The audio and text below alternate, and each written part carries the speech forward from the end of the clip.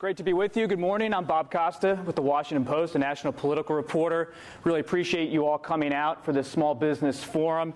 And it's really, we're so glad to have Larry Kudlow here, the longtime CNBC commentator, writer, author, now President Trump's top economic advisor in the White House, focusing on economic policy, directing the National Economic Council. Larry, thanks so much for being here. My pleasure, Robert. Starting at the New York Fed, in open market operations, 1973. I wasn't going to date you, Larry. You're starting to bring up the biography, but couple of stints on Wall Street, and yes.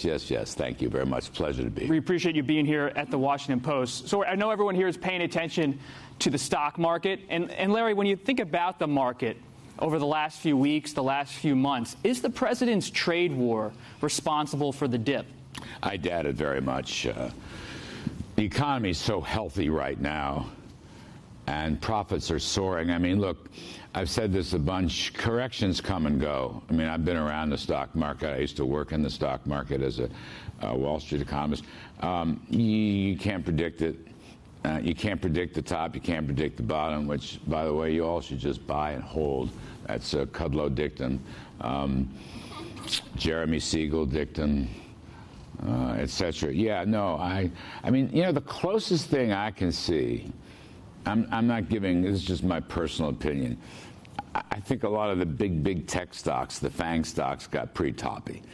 And they were due for a correction. That's just one man's opinion. That's not the official White House view or anything like that. You know, I think they led the market down. Correction's probably overdue. We had a much bigger one, by the way, last winter. So no, I don't think trade enters into it. Is this the start of a long-term downturn? I don't believe so, Robert. The case I make is the economy, to me, looks so strong and durable right now. Confidence is up, jobs are up, blue-collar jobs are up, small businesses are up. We'll get to that, I guess. We're seeing very good business investment, which is really the heart of a solid recovery. Maybe a little sloppy in the third quarter, but capital goods orders are huge right now. So it just seems to me, you know, again, profits are the mother's milk of stocks. Profits are the lifeblood of the economy. And I think profits are going to continue to rise. And I think we're hitting on all cylinders. And I do want to mention, for our group, I'm sorry you can't see this, you probably have. For small business, I'm a great devotee of the NFIB. I'm not offending anybody, but they do fabulous work on the National Federation of Independent Business. You look through this thing. This is their latest chart book for September. You see... Here, look at this. Look at the optimism index. So you say there's a lot of optimism in the economy among small businesses, but small businesses want to know about certainty, and there's an election next week. Yes. If the Democrats take over the House, what should small businesses expect? What does that mean for the Trump economic agenda? Well, actually, on that one, I think inside this correction someplace is some nerves about the election. Because I think that small business and all business, and frankly the workforce, is enjoying a very strong economic boom, which is quite unexpected. Our critics said, you know, you're going to stay in 1% to 2% growth, and we've broken out of that to 3% plus. So things like corporate taxes, not just the big guys, 21% marginal rate, but also small business, estimated to have a 19 or 20% effective tax rate, down from almost 40. That's a huge thing. I think they're worried about that. I think they're also worried about red tape and regulations, which has been a hallmark of the president's economic growth policies. I think people would be very worried about the energy boom, which is another hallmark of the president's economic growth policies. We will be pumping about 15 million barrels of oil per day in about 2 years, according to the Interior and Energy Departments. It's really quite... We have so much natural gas that they're flaring it, burning it off, and hopefully we can build a lot of pipelines to use that, sell it to Europe, undermine Russia, sell it to Asia, maybe undermine China. So those hallmarks, there are other policies. And we've had a lot of healthcare reforms that I think have helped small business. So I think they're worried about that. I think everyone's worried about that. They just, why would you want to overturn what appears to be a very strong economic period backed up by pro-growth policies where, I don't mean to filibuster, I'll quit in a minute, but where you have a president almost from day one after the election in November 2016. Look at this confidence. I apologize, but this thing starts to really jump. But a lot of businesses, small businesses, are nervous about this trade war, and they're wondering, win or lose the House next week, just how far is this administration going to go in its trade war with China? Well, again, folks like a president who ends the war on business. That's the point I wanted to make. And that became apparent when these confidence indexes jumped right after the election, ending the war on success. And with lower tax rates, you keep more of what you earn. You reward it if you're successful. So I think that accounts for the confidence that's so important. Now, specifically regarding trade, I understand there's some questions and perhaps some anxieties about trade. I would say, as a free trader, that, first of all, the president would like to abolish tariffs and non-tariff barriers and subsidies. He is a free trader. But we are stuck with a lot of foreign unfair trading practices, which how far do you take it? Have been harmful to the U.S. workforce and the economy. And I think, Robert, frankly, the principal culprit is China. So how far do you take it? The president has made his statements using tariffs as a negotiating tool. It's part of his quiver. I don't want to get ahead of the curve. He, I guess, was interviewed a couple evenings ago, and he said, look, if we could reach a deal, a satisfactory deal that helps both sides with China, then the tariffs could be pulled. I know that always is philosophy. What does that mean, a satisfactory deal? On the other hand, if we don't, which includes the intellectual property theft, the forced technology transfers, the lack of ownership, high tariffs on commodities and industry supplies, cybersecurity, the whole list, which is very, very important to us. If they don't make a satisfactory offer, then the president will continue to aggressively pursue his agenda, and I think he's right to do so. I say that as a free trader. But you can't have free trade with this bill of attainder. China is breaking the rules. And we signed at the UN a tripartite agreement with the EU, USA, and Japan. And that agreement was a very important agreement. That agreement lays out the brief against non-market economies, they call it. Read China. And what did I just hear this morning? So, did you tell me, or somebody told me, the ambassadors to France and Germany were in China? I hope I get the story right. Essentially sending that message. You must change. You must change. So how far? I don't want to get ahead of the curve. There'll probably be a meeting in Argentina. In Buenos Aires. What's the specific goal of that meeting between President Xi and President Trump? If you're a small business, you're wondering, can they make peace on trade or not?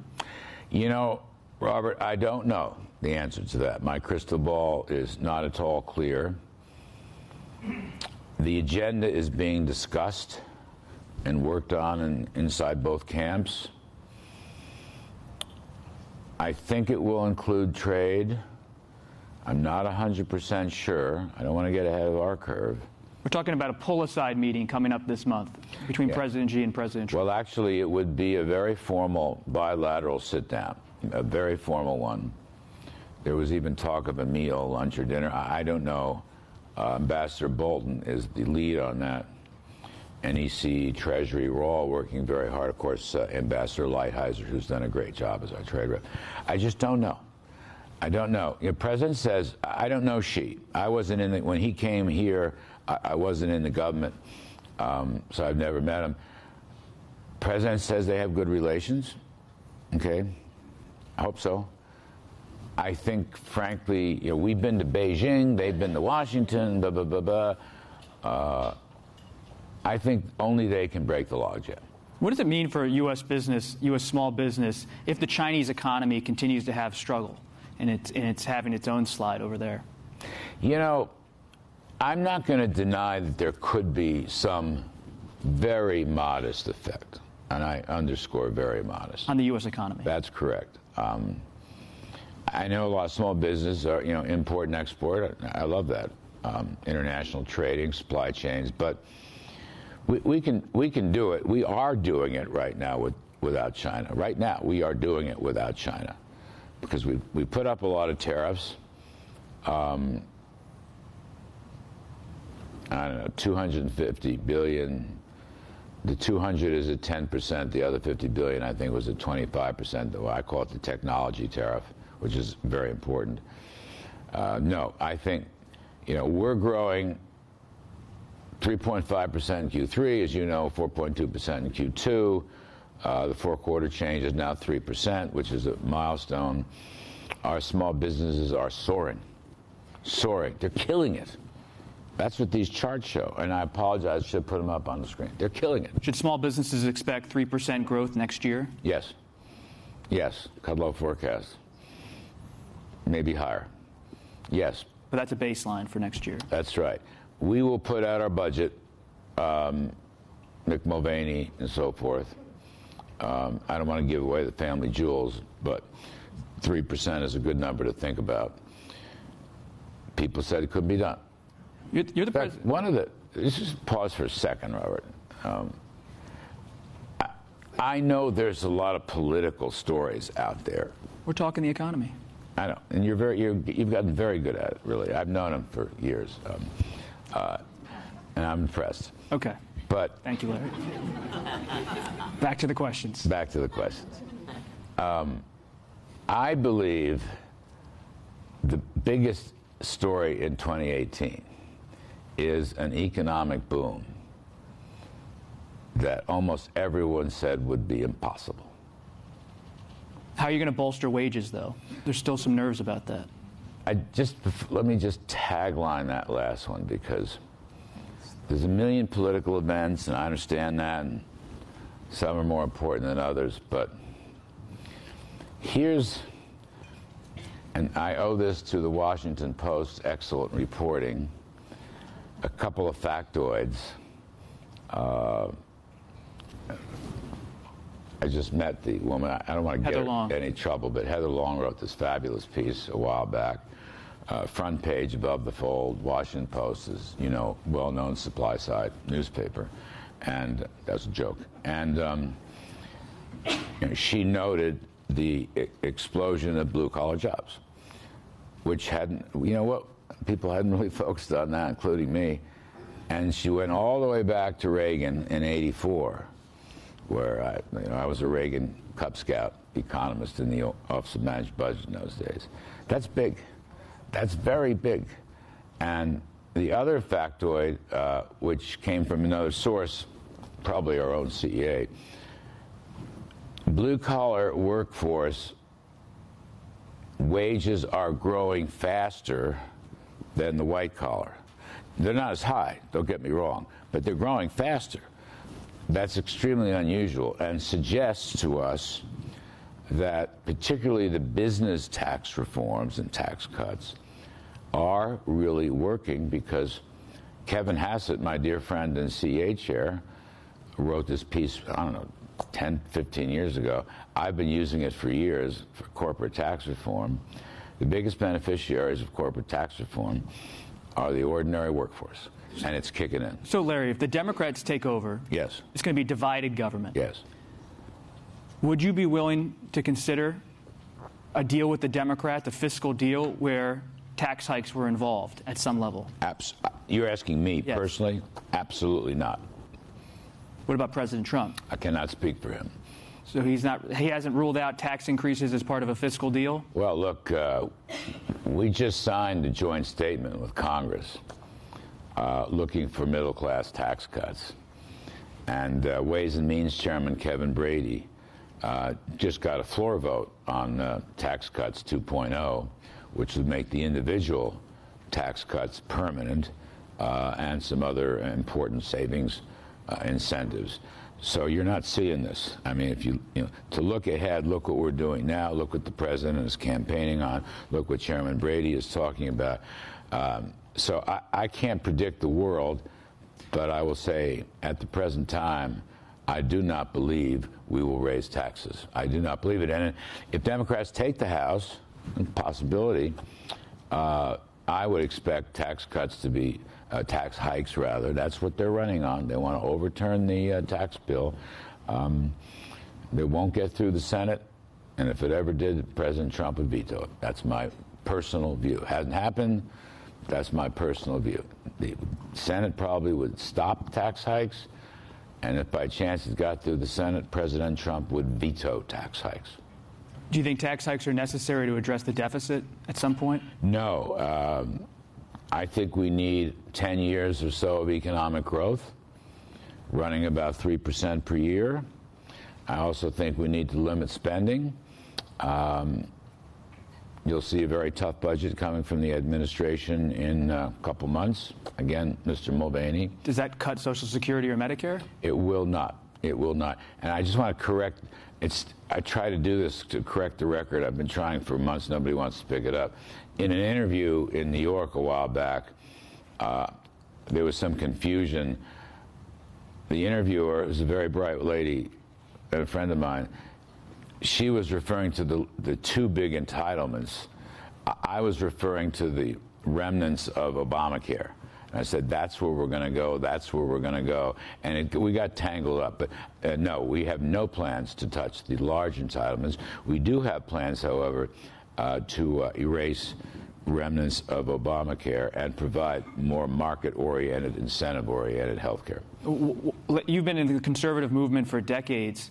That's been a project for conservatives, trying to pull back long-term federal spending on Social Security and Medicare. Now you're saying a Republican president, won't touch them. That's correct. That's his view at the present time. And, I think you described it aptly. Look, President Trump is a growth guy. President Trump is a growth guy. And his view, which I fully, totally, 100% support, is that these tax cut and deregulation policies are working. The economy is picked up. He believes that can go on. He actually tells me all the time we need to have higher growth than 3%. We'll take 3, but and that has a big impact on the budget. I mean, if the CBO is running a baseline of 2% growth or less, and we get 3% growth over 10 years, that's a roughly $3.5 trillion reduction in the deficit. Now, I'm not saying there's a lot to reduce. The president has said non-defense, non-big entitlements, but everything else will be subject to a 5% reduction across the board. It may not be even. Programs, some useful programs may rise, but most of them are not. So you'll see that be the toughest budget yet, and he's made that statement, and they're fleshing it out at OMB. So the combination of lower spending and faster economic growth through the tax cuts is our policy. It's a policy that's working, and I think certainly as a share of GDP, the budget deficit will be coming down each and every year. It clocked in at, 3.8 or 3.9% of GDP. Actually came in $100 billion less than CBO thought. It's too high, don't get me wrong, but we're gaining on it. You think the deficit will come down, or is the administration committed to having it come down? Both. I think it will come down because of faster economic growth. And I think the administration is committed to policies that will restrain government, in effect. Look, President Trump is, as you know, a very successful former businessman. He doesn't care much for waste. He's going to go after it. His promise, when he said a couple weeks ago, of a 5% reduction in non-entitlement domestic spending, I can't recall anything quite so tough. And by the way, people will say, well, all the money is in the big entitlements. Actually, it's not. There's a lot of money there, though. Yes, there is. But there's a lot of money in discretionary programs and smaller entitlements. Your whole argument is grow the economy and not touch the long-term federal spending programs, touch around the edges. On the minimum wage, the Democrats are going to come, if they get any kind of power on Tuesday, and say, Larry, President Trump, we want a $15 federal minimum wage. Is there any way you could go up to that level and cut a deal with us in the minimum wage? Look, I can't speak for the president. But is it possible to cut a deal with the Democrats on the minimum wage? My view is no. My view is a federal minimum wage is a terrible idea. Terrible idea. And will damage particularly small businesses to force them to take a kind of payroll increase would be silly. Idaho is different than New York. Alabama is different than Nebraska. That's why the federal minimum wage doesn't work for me. Now, a month ago or so, I hope I get this right, Amazon raised its corporation's minimum wage to $15. Is that right? Yeah. Amazon's CEO personally owns the Washington Post. Yes. And so people ask me... No, we have to disclose that. Yes. Larry brought it up. Look, man, it's a supply-side newspaper. Anyway... That's his opinion. We're a nonpartisan newspaper. I'm working here. So I applauded it. I applauded Mr. Bezos. I applauded it. Great.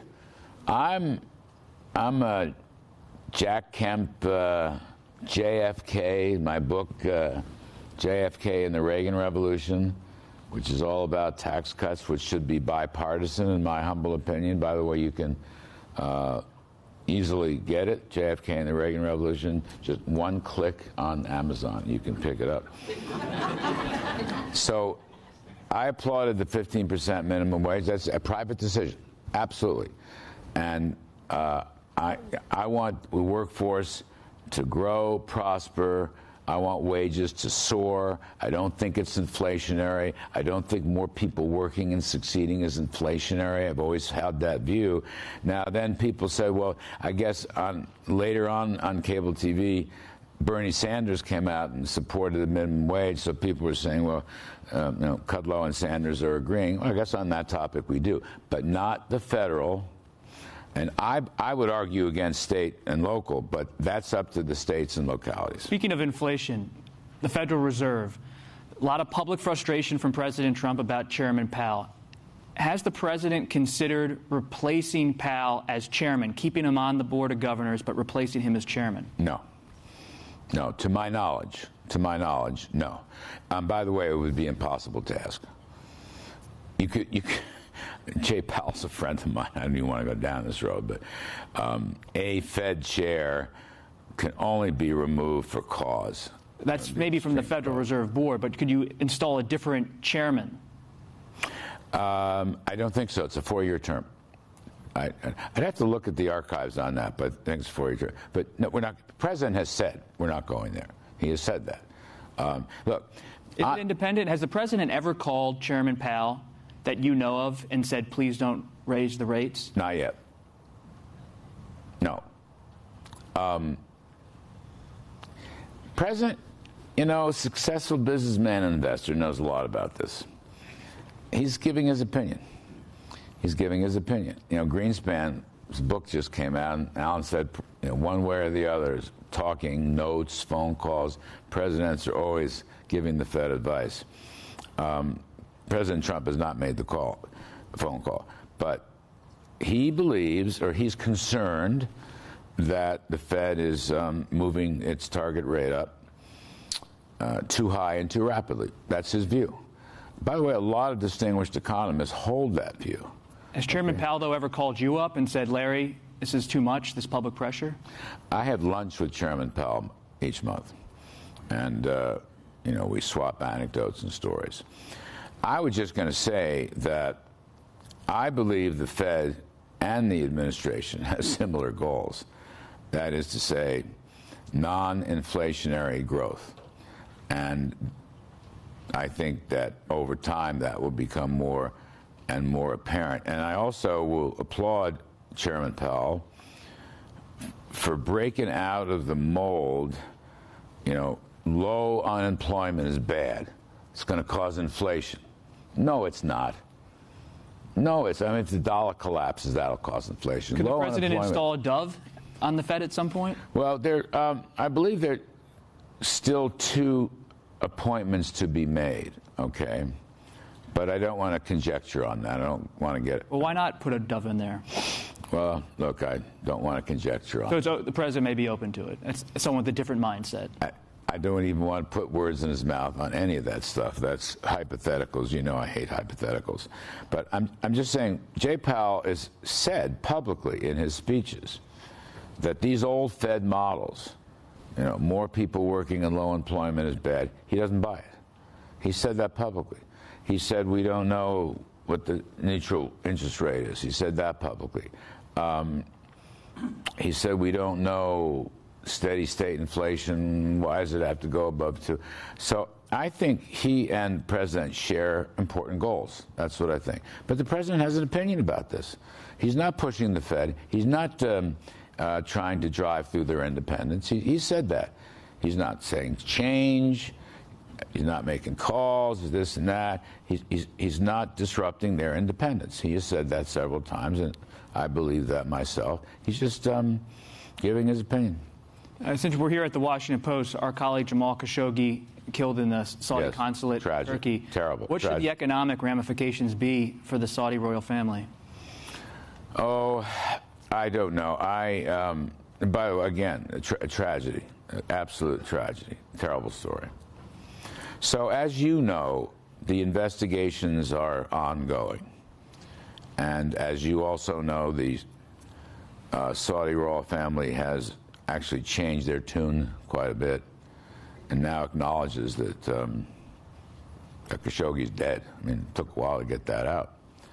So President Trump has said many times, let's wait and see what the investigations produce, facts, and then consider potential options or not. Got to get the facts fully on the table.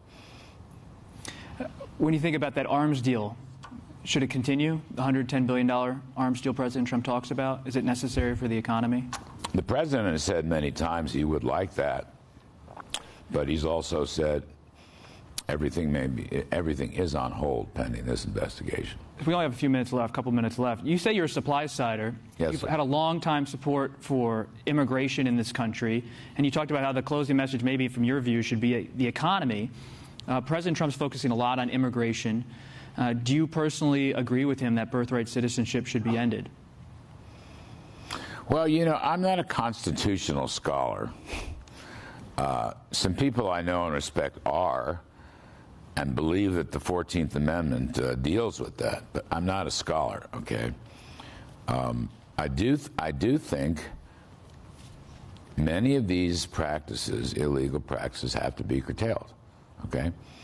And I am pro-immigration, always have been, but I'm pro-legal immigration. The system is broken. The system has been broken for quite some time, and it needs to be fixed. The president has made, as you know, a number of proposals to fix that system, border security and different, stop at the border,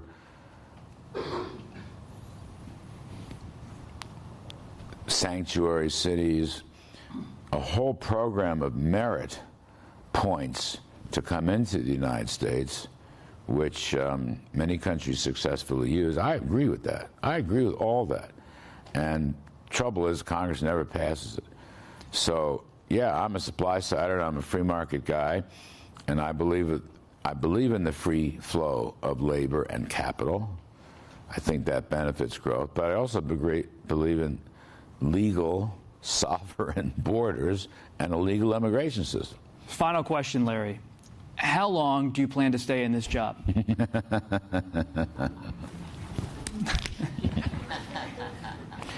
that the answer? I serve at the president's pleasure, as you know. I love this job. Most days, it's the most fun I've ever had. Honestly, most. Keyword most. Most days, you have your bad days.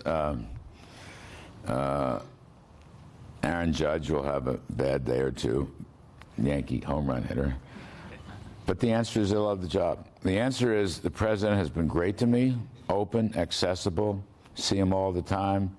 I love the work of the National Economic Council. We're involved in domestic and international policies across the board. I love the committee work. I'm diligent in doing it. I love helping out in the media. It's just a wonderful job. It's just like a dream job. My wife said to me when this came up, and the president was calling us back in March, and we were considering it, she said, you've been training 40 years for that job. And my saintly wife was probably right, that I've been in the government, OMB, Federal Reserve, Wall Street. I've been a broadcaster 15, 20 years, radio and TV. You study the issues, you see it from different perspectives. But you don't have a timeline in mind? I do not. I feel great. I just love my job. So, I love my job. If I was in that NFIB optimism index, I'd be part of the up line. It really is the most fun I've ever had. Thank you, Larry. Larry Kudlow, National Economic Council Director. Thank you. Go this way.